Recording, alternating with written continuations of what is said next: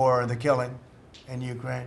So we're selling missiles and military equipment, millions and millions, and ultimately billions of dollars to the NATO people, where I'm very friendly and we have a great relationship. But that was an amazing trip. So they're funding the entire war. We're not funding anything. I think it's an important point to make because a lot of people don't understand that. And we will continue to do that. And we're trying to get as much as we can for them. They want the American product. The American military product is by far the best in the world, and that's what they want to get. They have lots of options, but that's what they want to get. So the factories are doubling up and tripling up where they make the Patriots and other really, you could say, defense and offensive weapons. The wages for blue-collar workers are now rising at the fastest rate in 60 years, which is so important to all of us around this table. The average American worker has already seen a $500 wage increase this year, and there's no inflation because there's been decreases, tremendous decreases with, thanks to Doug and Chris, and some of the people, the great job they've done with energy. Thank you very much. And Chris, thank you very much. I see you down close to $60 a barrel, and you'll be breaking that pretty soon. And that has a huge impact. So we have groceries are down. Energy is way down. Energy is way down. It was $4 and $5 for a gallon of gas. Think of that for gasoline. And now it's probably $2.25. There are some places it's $2. It broke $2 at a couple of locations in the South. In places like California where they charge such high taxes, it's higher, but it's still much lower than what it was a year ago. So energy's way down. Groceries are way down. Eggs are way down. Thank you very much, Madam Secretary. You've done a great job. Appreciate it. When we came in, the eggs were through the roof. They were 4 times higher than they've ever been. And my first question from you people were, what are you going to do with eggs? I said, what's the problem with eggs? That was caused by Biden, or whoever was operating the auto pen actually caused it, I guess, because I don't think he knew too much about eggs. Factories are booming compared to before I took office. Domestic auto production is going to be, it's going to be so thrilling in 2 years when you see the numbers, because they're building plants all over the country. They're all coming in because of tariffs. They don't want to pay the tariffs. And if they build their plant here, they don't pay the tariffs. And they're pouring into our country, and you know about AI and you know about but the auto plants, that's the good old-fashioned stuff that I love. The auto plants are pouring into the United States of America. They're coming from Mexico, they're coming from Canada, and they're coming from Europe, all over Europe. And it's been pretty amazing. So factories are booming. And when they actually open, right now they're booming in terms of construction. This is something given to me by Mark Zuckerberg. And you'll see this is AI now. These are, I never understood. I said, well, because I built shopping centers, and for $50 million, you can build a very nice shopping center. So I never understood when they said $50 billion for a plant. I said, what the hell kind of a plant is that? But when you look at this, you understand why it's 50 billion. So this is one he's building in Louisiana. That's Meta, Facebook, as people understand it to be. But look at that. That's the size of Manhattan. So that's superimposed over the island of Manhattan. It takes up a big part of Manhattan. I think they say 81% of Manhattan. So these are big things, and they're going up. A lot of them are going up now. I don't know that big. Actually, Mark is building 4 of them, and others are building similar places. And when these things open up, I'll tell you what, our country, we're leading China now in AI, substantially leading China. And the reason is because we're letting them build their own electrical facilities. We would need double the energy that if you take all of the electricity that we produce right now in this country, you'd have to multiply it times 2 or maybe 3 times. So 3 times more than we have right now for everything, to operate your toaster and everything else, okay? 3 times more. And the way we are able to succeed, because China goes out and builds these massive plants. They're right now building 58 coal in this case, almost all coal-fired plants. And coal is back with this country too, by the way. You know, there's a reason they use it, because it's good. It works for them. And we call it clean coal. We don't call it coal. We call it clean, even very clean coal. But we have coal going up. We have nuclear going up. Nuclear is very much in vogue now. It's safe and inexpensive and great. We don't allow windmills. We're not allowing any windmills to go up. I mean, unless there's a legal situation where somebody committed to it a long time ago, we don't allow windmills. And we don't want the solar panels that I was speaking with the secretary about, because they take up, you know, thousands of acres of our farmland. You see these big, ugly patches of black plastic that comes from China. And the solar is, you know, I like solar in some ways, but for firing up your big plants, it doesn't work.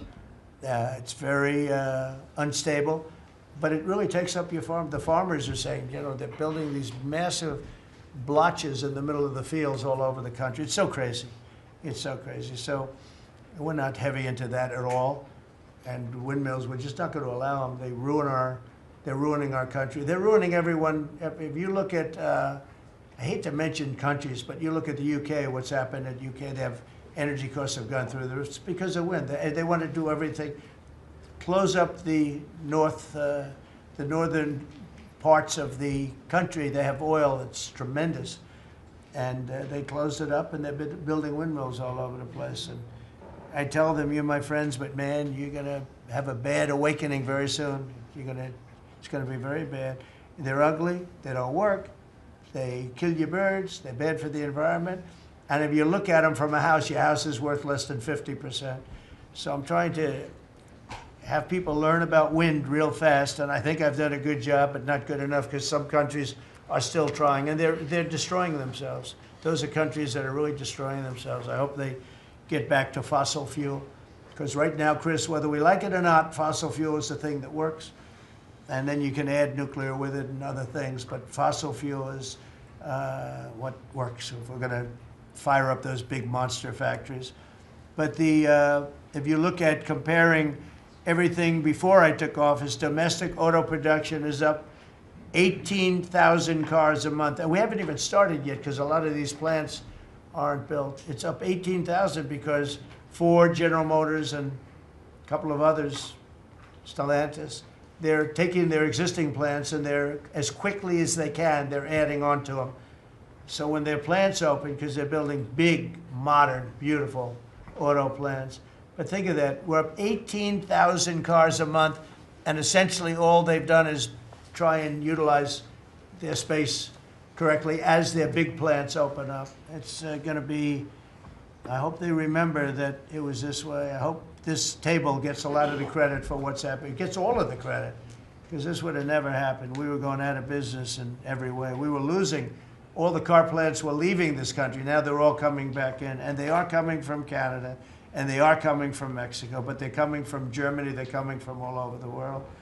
Domestic steel production is up by 100,000 tons of steel a week. We have a 50% tariff on steel, aluminum, and various other things. Copper just got brought into the picture, and that means people are going to want to make steel here. We just made a deal with U.S. Steel. As you know, we have an outside company come in, spend $17 billion on building new plants, new everything. It's great, and it stays right here in America. So we're doing amazingly well on steel, and domestic oil production is up by more than 300,000 barrels a day. That's a lot of barrels, and you're going to be talking about that in a second, I think, Chris and Doug. These two people have done a fantastic job, and we have the oil price down to about $62 a barrel. So just so you understand, because a lot of you like to talk about costs and prices, but I watch so much fake information. Product costs are down. Energy is way down. Energy brings things down. You know, with energy, that's what happened with Biden. He stopped our program, and then he went back to it when he realized that it looked like you're going to be paying numbers that nobody's ever seen, like $7 a gallon. You're going to pay $7 a gallon. They were up to $7.5. So then he immediately went back to the Trump plan that they terminated. But it was too late for them. It was too late. They blew it. They had a great thing going. I gave them something great, and they blew it. Since the inauguration, we've created over 500,000 new private jobs. And if you notice, when the numbers come out, government jobs are going down and private jobs are coming up. And that's what really fuels the country. It's easy to hire people and pay them for doing something that maybe is not very productive.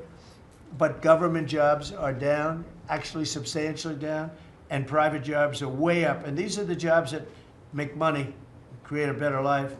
Meanwhile, we've reduced the number of federal bureaucrats by 84,000.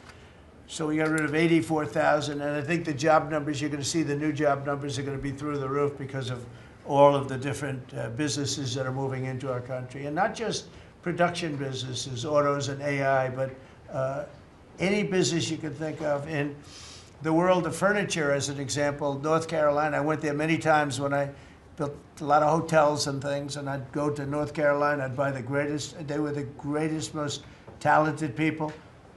And then China came along and took all of those jobs away. If they would have tariffed them, China wouldn't have taken any of the jobs. We had presidents that, honestly, and I like some of them, but they didn't know what the hell they were doing from a business standpoint, from running the country. And North Carolina, the most talented woodworkers that you've ever seen. I'd be there and I'd watch them. I'd say, I'd like to have a rail in that chair. Maybe can you fancy it up a little bit? How about this, sir? And they'd hand me a thing. It was like they were artists. They were unbelievable. And that business was stolen from us by others, not only China, but by others. All of a sudden, you're ordering your furniture from China. It was not even close to being as good, but they couldn't compete with it. If we would have said costs 100% or 200% tariff, you wouldn't have lost one job. It's so sad. But we're going to rebuild North Carolina furniture and other places, South Carolina too, to a lesser extent. They make furniture. But furniture, we're going to put a very substantial tariff on. We've already announced it. It'll be done pretty quickly.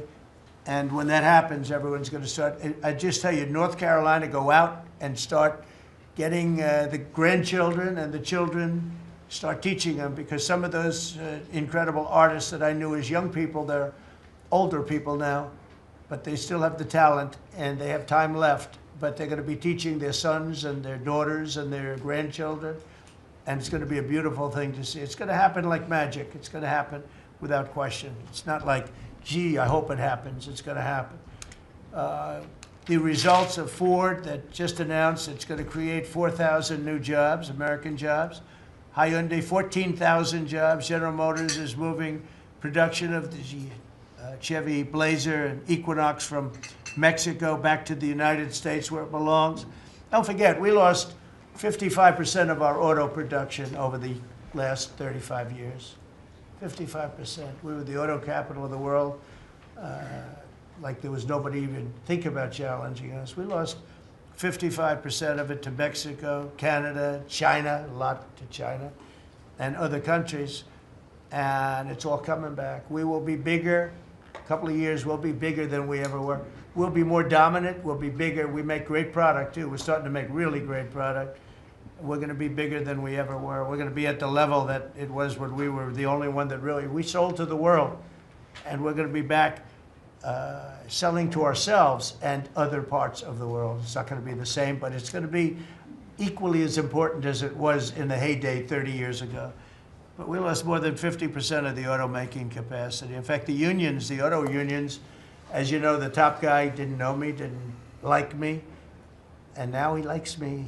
He says, man, I can't believe what Trump has done. But the auto workers voted for me. They understood better than anybody else. The auto workers, the Teamsters voted for me. Teamsters are great. They all voted for me. No Republican has ever gotten the support of the Teamsters and the auto workers. And now the head of the auto workers, I mean, it's so amazing. I watch them on television there. They can't even believe what happened. And I told them all what was going to happen. We secured new market access for American agricultural exports all over the world. Our secretary is doing a great job. Thank you, Brooke. And we have negotiated historic trade deals with the United Kingdom, China, Indonesia, Vietnam, the Philippines, Japan, South Korea, who was here yesterday, and the European Union. Foreign nations are now paying hundreds of billions of dollars straight into our treasury, and numbers that nobody's ever seen before. As you know, we made trade deals with a lot of countries, and many of those countries, just to be able to sit at the table, are paying us hundreds of billions of dollars. We made a trade deal with the European Union. They were rough on us for a long time. And now we have a very good deal. We made that with them. Trillions of dollars is coming into our country. Trillions. Far beyond billions, trillions of dollars. Wouldn't you say, Scott? Yes, sir. And in a short period of time, they have to buy $750 billion worth of our energy product. Energy is great. We have more than anybody else, so we're using it. But the European Union is a done deal, and Japan is done. And, I heard there was a problem with South Korea, but we met yesterday, and they're done. We didn't do anything. We just kept the same deal. He honored the deal. They wanted to see if, well, I don't even want to say it, but they wanted to see if they could do something. But they honored the deal, which is nice. And we cut the previous record-setting trade deficit, I hear just came out. We cut it in half already. We haven't even said, we've only been here really for a few months because, you know, it takes you a little while to fix up the Oval Office and do those things. prepare for the battle, right? So we really only been here for a very short period of time, and we cut the trade deficit in half. Is that right? That's fantastic. I didn't even think we were going to do that. And remember, these are things that are being built. These things, you know, all these numbers up here, they're not open yet. When they open, you're going to see things happen in the United States that nobody's ever seen before, including our country in its heyday. And I had the greatest economy in the history of our country my first 4 years, despite COVID, which was a very unfortunate situation for the whole world. We did a great job with it, never got the credit for the job we did. Operation Warp Speed, people say, is one of the greatest achievements ever in politics or in the military, because it was almost a military procedure. But everybody, including Putin, said that Operation Warp Speed, what you did with that, nobody can believe it. And we did a great job, but it was a horrible, horrible pall over our country. We had a very dark cloud over the world. That was a very, very bad thing that came out of Wuhan, which I said it came out of Wuhan. That's where it came from. And China suffered greatly, but everybody did.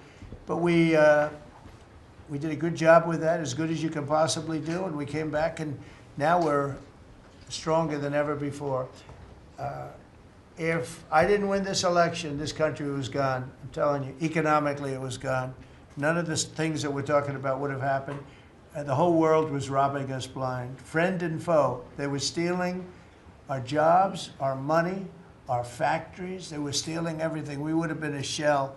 We would have been a bankrupt, broken shell. And that's the way it is, but we're doing just the opposite. Stronger than we've ever been. Last month, in a landmark achievement, I also proudly signed the largest working class tax cuts in American history. So the bill that, I'm not going to use the term great, big, beautiful, that was good for getting it approved, but it's not good for explaining to people what it's all about. It's a massive tax cut for the middle class. It's a massive tax cut for jobs. And it's, I mean, think of it, no tax on tips, no tax on Social Security. So seniors, I don't know how you can vote for anybody else. And, you know, just think of that, and no tax on overtime. So you work overtime, you don't have to pay tax on overtime. That's good. The Democrats don't know what they're going to do. So they have, like, this soundbite. You know, they have all these sound bites. They send it out. I don't know. Some guy sends out a word, and everybody uses it, including the fake news. Some of you are here right now. I'm looking at you. And it's death. They use the word death. No, it's actually life. It's almost like a newborn life. It's not death. That's their soundbite. The bill is death. It's not. We strengthen Social Security. We strengthen Medicare, Medicaid. The job we've done on Social Security is, if the Democrats got in, Social Security is over because the country's going to fail. There won't be any Social Security. And I made that pledge to you. We're going to take care of Social Security, Medicare, Medicaid, And we're doing that in spades because the country is becoming so successful again. And it hasn't been this successful. I think in the end, it will never have been this successful. I don't think it'll even be close with what's happening. Every American is seeing a tax cut as a result of the bill. The average police officer will keep an extra $1,000 a year at least in overtime, and the average waiter or waitress will keep nearly $2,000 extra in the fact that they would have had to pay that kind of money on tips. And I never realized that the government was so strong on that. But waitresses, waiters would tell me that the government would go after them. Like, it was horrible. That's how it all started with me. It just was incredible. And the biggest thing was, again, the $4 trillion that they found. They said, well, that was nice. They should have announced it. I could have told them that. And I don't know. It should be simple. But a lot of people didn't understand it. Actually, a lot of good people didn't understand it. But now they're saying, you know, Trump was right. They'd never seen anything like this. And I don't know what it is, Scott. They didn't understand what we were trying to explain to them was going to happen. Everybody's moving back to the United States because they don't want to pay a tax. If they're not here, they have to pay a tax. And it didn't seem that complicated, but it's working at a level that nobody can imagine. You know, this is working $4 trillion, but that's a big number. It's a number that nobody ever heard of before. But $4 trillion is exciting.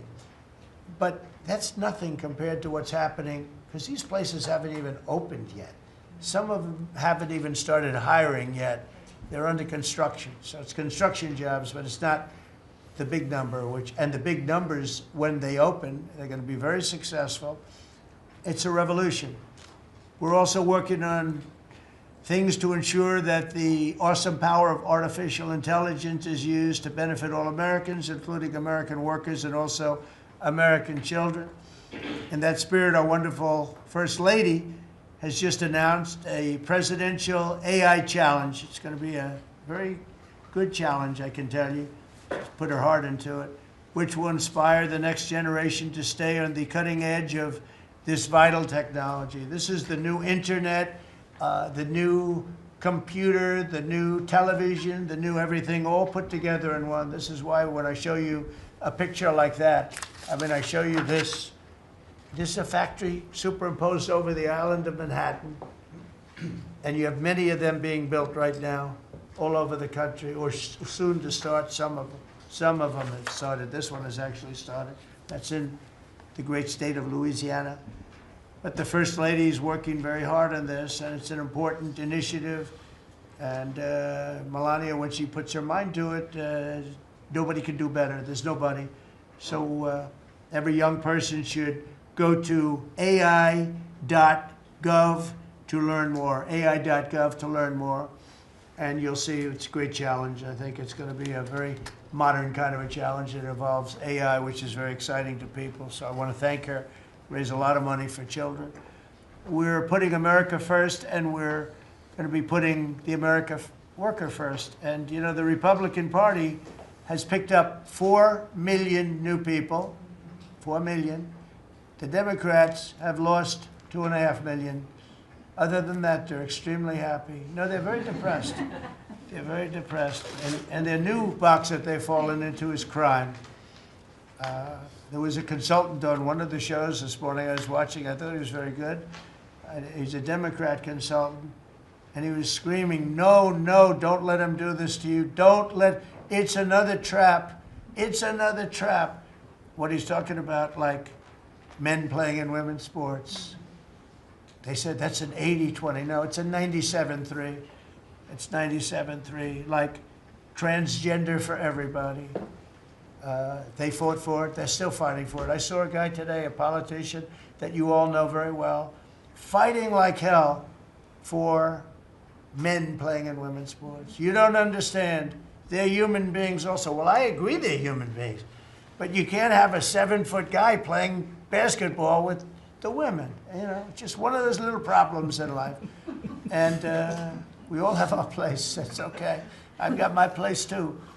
But this guy's screaming, it's another trap. And this is the worst of all. He said, because this is crime. Trump is saying he's against crime.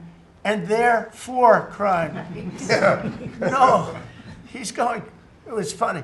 No, it's a trap, don't do it.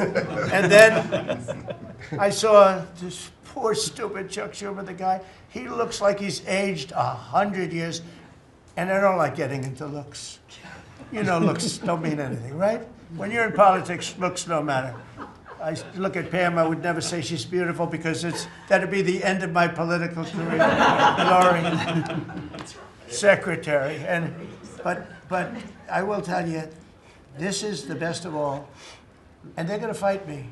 Like this slob of a governor you have in Illinois. This poor guy got thrown out of his business by his family. I know the family. I was partners with the family. Nice family. I like the family, but he was no good.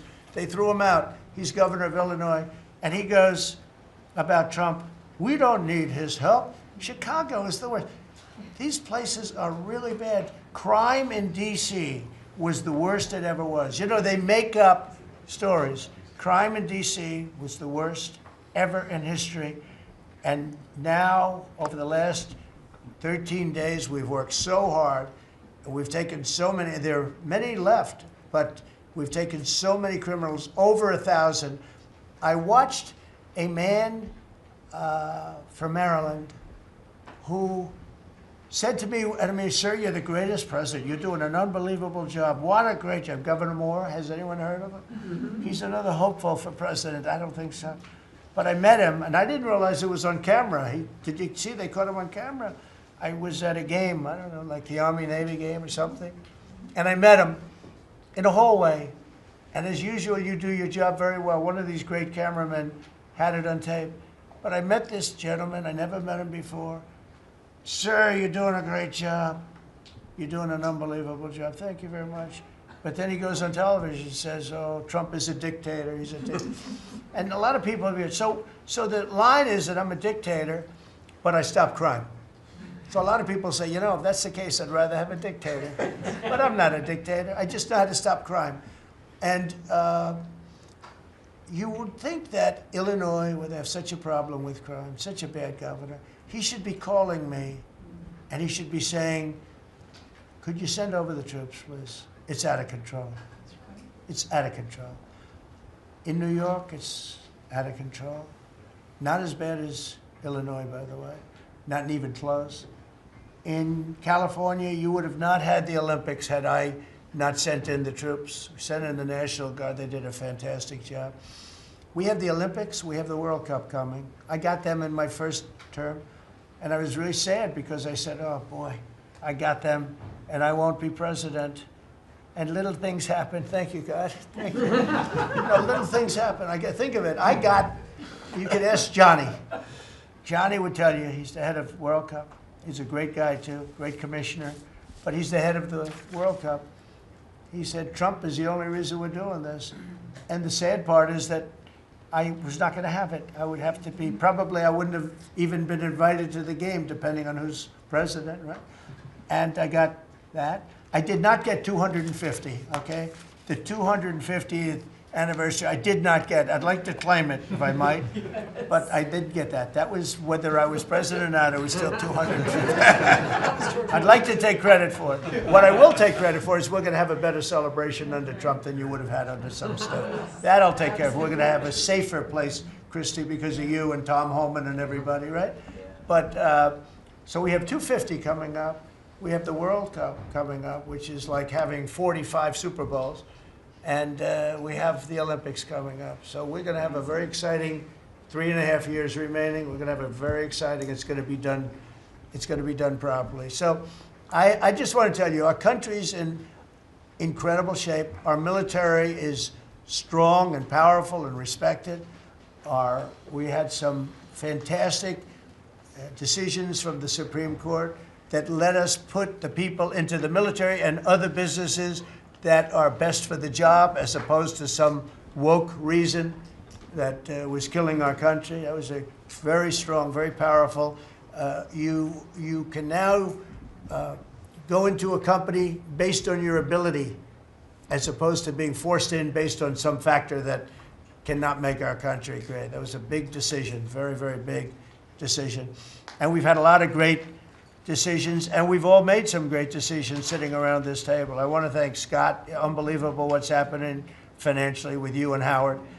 And Vice President's involved in everything, and he's been great. And Marco has been, really, I think you're born for this job. I don't think you should ever run for another office. I don't think you should, really.